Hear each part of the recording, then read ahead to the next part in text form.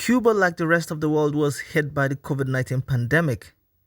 It was spared the worst of the first wave, but in recent months, it too has suffered from the third wave of the virus. New variants like the Delta variant have put millions of Cubans at risk. The Cuban government's response has been to vaccinate its citizens with its own locally developed vaccines.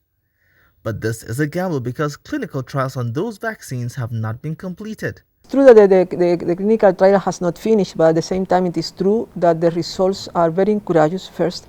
Secondly, that there is a lot of security in the situation that we are living now. And thirdly, that we have a medical emergency.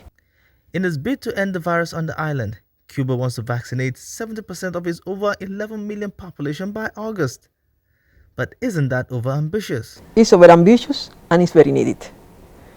Well, the moment that we are speaking, we have already administered about 5 million vaccines to our population.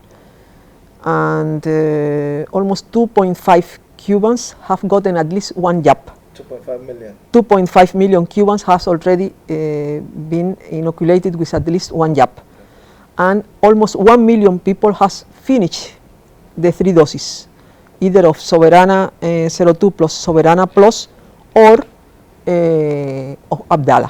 The U.S. blockade has lasted for the last 6 decades. The economic embargo has cost her country's health sector at least $20 billion in 2020 alone. There is also a human cost to all of this. Because of the measures taken against Cuba for the blockade. So you can imagine, if we are going to produce 100 million of our vaccines being blockaded, how many vaccines we could produce if the blockade was not in power, and how many people all over the world how many countries all over the world we could help with that production. But what does this blockade mean for everyday life? It means the lack of many resources, many basic things that we need for the normal life. Those who live in the Cubans who live in the territory of the United States, for instance, they cannot send remittance. It is the goal of every ambassador or high commissioner to take bilateral relations higher than they met it.